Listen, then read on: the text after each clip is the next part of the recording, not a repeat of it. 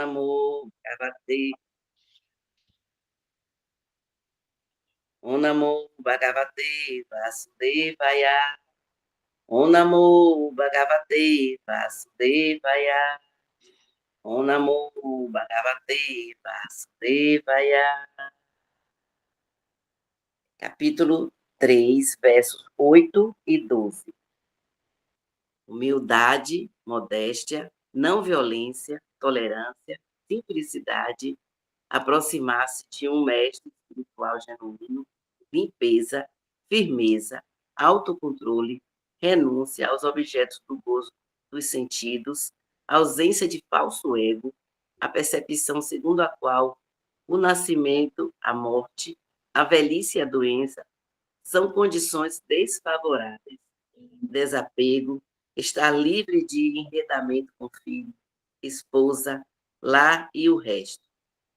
Equanimidade diante de acontecimentos agradáveis e desagradáveis, devoção constante e imaculada a mim, aspirar a viver num lugar solidário, afastar-se da massa geral de pessoas, aceitar a importância da autorrealização e empreender uma busca filosófica da verdade absoluta.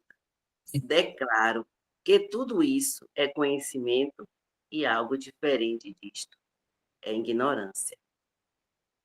Repetindo, verso 8 e 12 do capítulo 3. Humildade. Kátia, Sim, não precisa sim. fazer, não precisa repetir, não, porque eu vou fazer eles item por item agora, tá bom? Ok. Muito obrigado pela oportunidade. Muito obrigado. Namastê. Hare Krishna. Om Gyana Timirandasya Gnanjana Shalakaya Chakshurumilitan Yena Tasmai Shri Gurave Namaha.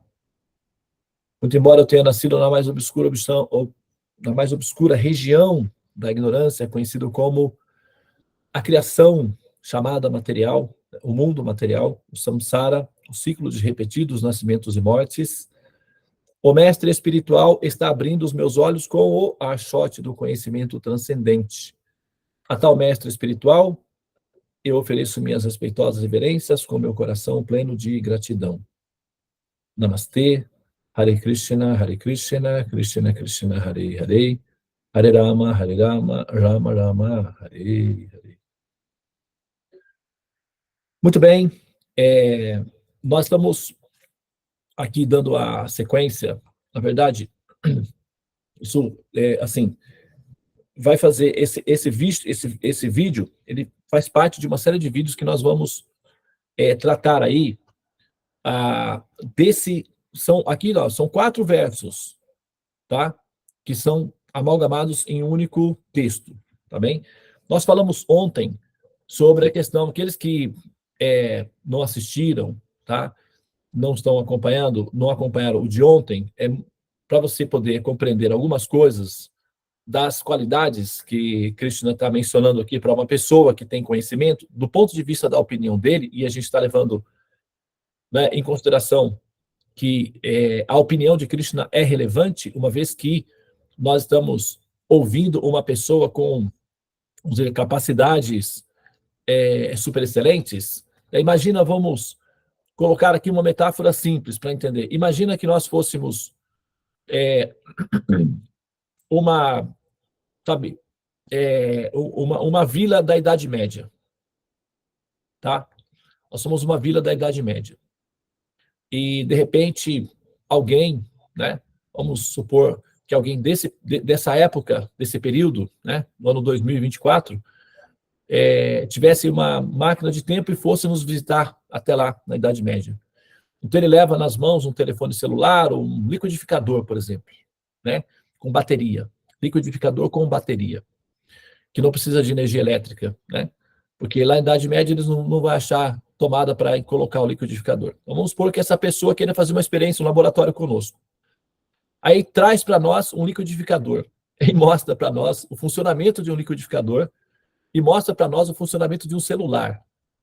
E ele vai dizer para nós, eu sou do futuro e eu tenho algumas informações para dar para vocês. Com um liquidificador e um celular nas mãos, né, assim, dando algumas orientações, então a gente vai entender o quê?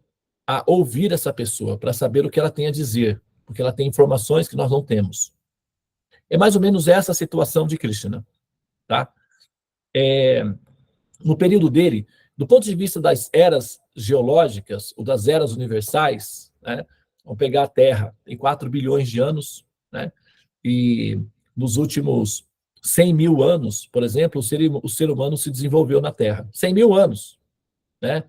Então, quer dizer, do ponto de vista de eras, Krishna apareceu há 5 mil anos atrás. Então, nós somos contemporâneos de Krishna. Nós somos contemporâneos, nós fazemos parte da mesma era de Krishna. Somos contemporâneos dele.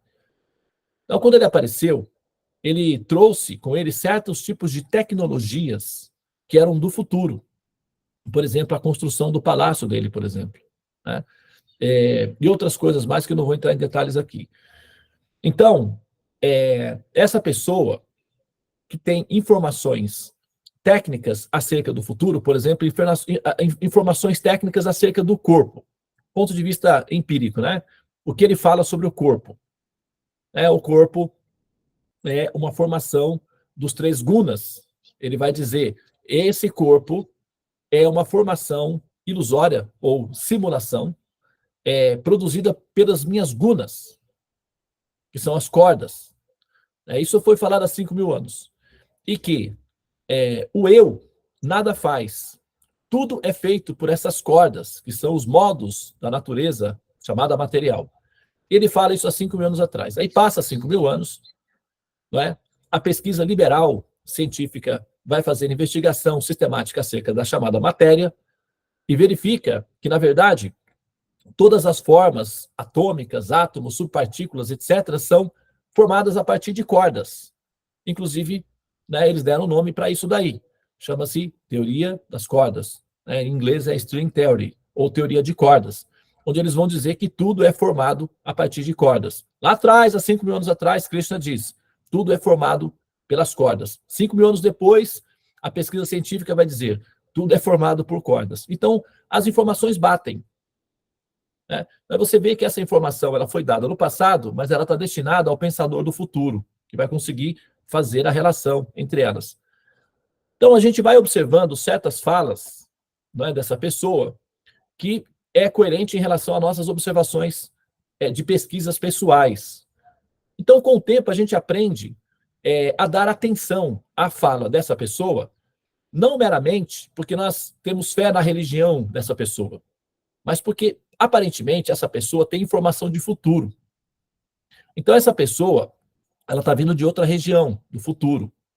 Então, quando a gente tem alguns dados que evidenciam que essa pessoa tem informação, então, aquele que é um pesquisador interessado em saber questões do futuro, para dar atenção. Porque aí você pode, de repente, eventualmente, o pesquisador pode conseguir alguns dados importantes na pesquisa, na busca. É mais ou menos isso que nós estamos fazendo. Tá? Então, a gente parte do princípio de que essa pessoa, Krishna, ela tem autoridade de informação, ela tem conhecimento de informação, e essas informações vêm do futuro. Nós somos pesquisadores aqui nesse emaranhado, né, nesse labirinto, tentando encontrar uma saída, e essa pessoa está dizendo que sabe como fazer esse movimento de nos levar até a saída. Nós estamos interessados nisso. Então, o que nós fazemos? Paramos para ouvir e dar atenção a essa pessoa, considerando que essa pessoa ela tem informações que procedem, que são congruentes ao nosso interesse pessoal, que é a nossa saída da condição da ignorância, da existência material. Então, esse valor que nós damos às falas de Krishna nos permite ou melhora a nossa capacidade ou a nossa condição de assimilação e metabolização de dados de informação, o que nos permite tomar decisões proativas em relação ao nosso objetivo ou interesses intrínsecos, ou seja, a saída do sofrimento e da ignorância. Então, a gente junta essas informações e vamos colocar algumas coisas em prática para nós desenvolvermos esse objetivo aí. Então, das falas de Krishna, né, que ele está falando aqui, ele está dizendo o quê? Olha, isso é conhecimento. As demais aí é por sua conta. Então, na minha opinião, na minha observação, o que eu tenho para dizer para vocês? Isso é conhecimento. Então, a gente está analisando os itens, do ponto de vista dele, que justifique nós ingressarmos num campo de conhecimento. Porque nós queremos conhecimento, nós queremos evolução. Às vezes nós perguntamos, o que você está fazendo aqui? Estou aqui para evoluir. Tá. Então, precisamos de uma definição, de um norte, para saber o que significa evolução. Porque é muito abstrato o conceito, estamos aqui para evoluir. Tá, mas e daí? Então, vamos ter algumas referências do que significa evoluir. E Krishna está dando aqui algumas evidências. Uma delas é essa daqui, olha. A percepção, segundo a qual o nascimento, a morte, a velhice e a doença são condições desfavoráveis. Olha só, parece ser uma coisa simples, né? Quem é que não sabe disso, né? Quem é que não sabe disso? Quem é que não sabe que doença é uma condição desfavorável? Quem é que não sabe que a velhice é uma condição desfavorável? Quem é que não sabe que a morte é uma condição desfavorável, né? Então, essa orientação que Cristo está dando aqui parece ser, sabe, rezar o Pai Nosso para o vigário, é isso? Né? Assim, uma orientação tipo, hello, o sol está ali, para uma pessoa que enxerga. Parece ser uma orientação absolutamente, vamos dizer, desnecessária, porque está meio que evidente, meio que óbvio, não é isso? Que todos nós sabemos que o nascimento, né, assim, a velhice, a doença, a morte são fatores necessários. Então, por que ele está falando aqui uma coisa, tipo, óbvia para nós? Mas será que é tão óbvio assim? Será que a gente realmente entende isso daí? Será que nós realmente sabemos o que isso significa? Porque, veja bem, se eu digo para você, você diz para mim assim, eu estou indo para a praia. Não, eu amo a praia, eu quero a praia, eu quero nadar no mar. Mas você está pegando a direção que vai para as montanhas, então o seu discurso vai numa direção e o seu corpo vai em outra. O que significa isso? Das duas, uma. Ou você não entende o caminho que você está fazendo, para onde você está indo, você não tem conhecimento de geografia, você não conhece as estradas, você está perdido, ou você tem algum problema psicológico, neurose, em que você fala uma coisa e age de outra forma. Então você tem uma fissura de personalidade, o que é uma incoerência. E essa incoerência é basicamente um distúrbio de personalidade. Então, das duas, uma. Ou nós temos algum distúrbio de personalidade, ou nosso discurso é incoerente no sentido de que nós somos ignorantes do caminho que nós fazemos.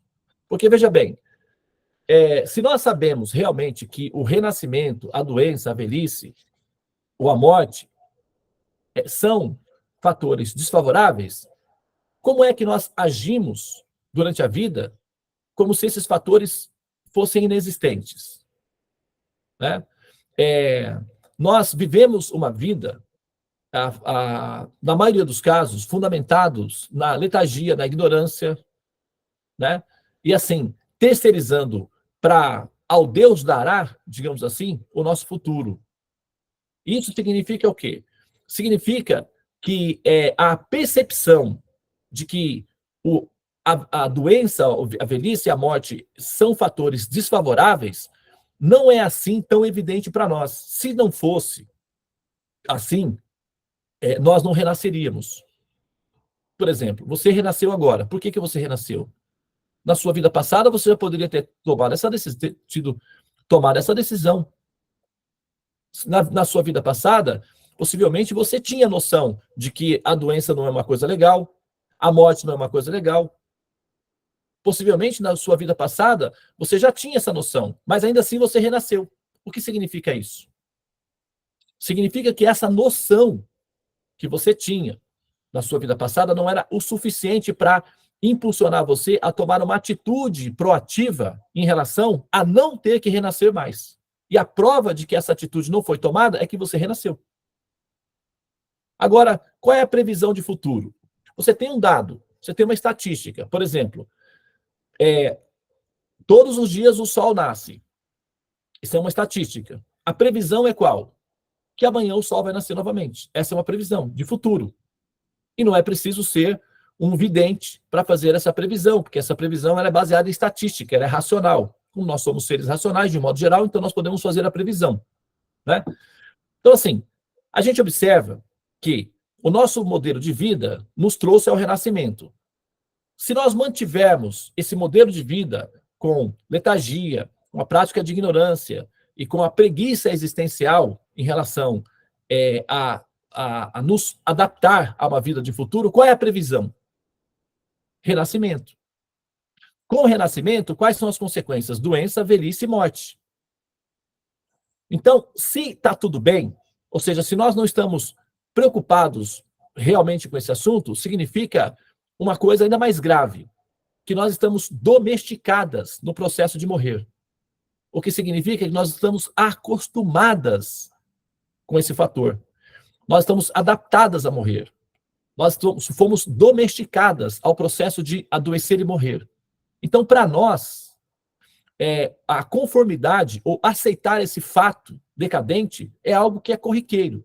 Por isso, nós usamos certas frases, que são frases, assim, até, vamos dizer, paliativos, né? A morte é uma consequência da vida, né? Assim, todos vamos morrer, não é? Então, já nascemos sabendo que a morte é certa e tal. Então, essas frases que nós fazemos, e isso para nós passa de uma maneira assim abstrata ou não muito bem entendido, é um sintoma de que nós estamos domesticadas na cela que nos leva à morte constantemente. Essa domesticação ao hábito de morrer nos leva ao renascimento. Então, a ideia do tratamento, né, que nós fazemos com os nossos mapas, e a ideia do processo do cultivo de conhecimento tem a ver com entrar na nossa cabeça para que a gente tome a decisão definitiva de, nessa vida, usar essa vida de maneira proativa para não renascer mais.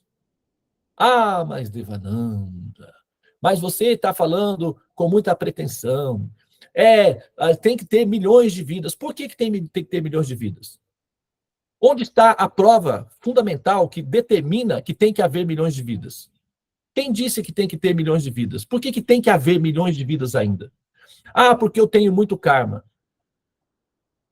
Então, quer dizer que a autoridade do Senhor Supremo, quando diz que eu elimino os seus karmas, não vale? Não tem valor algum? Quer dizer que os nossos karmas são superiores à capacidade de Deus de eliminar esses karmas? É assim que funciona? E eu sou pretensioso? Sabe, a gente tem que ter coerência. Nós temos que usar a nossa capacidade racional para ter congruência nos nossos raciocínios, para não criar mais problemas para nós. Nós já temos problemas demais. E esse negócio de estabelecer um projeto de vida para renascer centenas de vidas aqui ainda, não parece uma atitude inteligente daquele que entendeu que adoecer e morrer não é legal. A decisão, ela tem que ser tomada conscientemente do não desejo de voltar a renascer, não significa só eu não quero nascer mais. É insuficiente, lógico que é uma decisão inicial apenas. Mas considerar que essa decisão é inviável ou impossível é uma pretensão de quem faz isso. Porque essa é a determinação do universo, evolução, transcender. Sair do ciclo do samsara é uma decisão esperada. O próprio Senhor Supremo está esperando que nós tomemos essa decisão. Se essa decisão vai ser aceita pelo universo, ou se essa decisão vai ser metabolizada pelo algoritmo, por Deus, pelo universo, isso é outro assunto. Vai depender da qualidade da nossa decisão. Mas, inicialmente, essa decisão ela tem que entrar no coração. Para que você tenha forças para ter ações que justifiquem a sua decisão. Porque também só tomar a decisão não é o suficiente. Você tem que ter ações que justifiquem que essa decisão foi tomada, de não renascer mais. Mas para não renascer mais, você tem que olhar ao redor e ver as misérias e não ficar aí se lamentando e culpando, né, assim, como um adolescente assim, imaturo que fica culpando os pais por tudo. e ficar se lamentando, porque o mundo é cheio de misérias. Pô, isso é evidente, está cheio de misérias. Agora, como é que você vai fazer para sair dessa condição? Essa é a decisão que nós temos que tomar por uma questão de sobriedade, de maturidade. Não tomar essa decisão significa decidir voltar a renascer. E decidir voltar a renascer significa voltar a adoecer, voltar a se relacionar com outros seres humanos adoecidos mentalmente, violentos, agressivos, frustrantes, decepcionantes. Depender deles emocionalmente. É uma decisão correta para uma pessoa sóbria? Aí a gente tem que pensar. Ok? Muito bem. Namastê. Hare Krishna, Krishna Krishna, Hare Hare. Hare Rama, Rama Rama, Hare Hare. Ó energia suprema, amor divina, ó Mahamantra, libertador do ser, desperta-me, eleva-me, envolve-me, protege-me.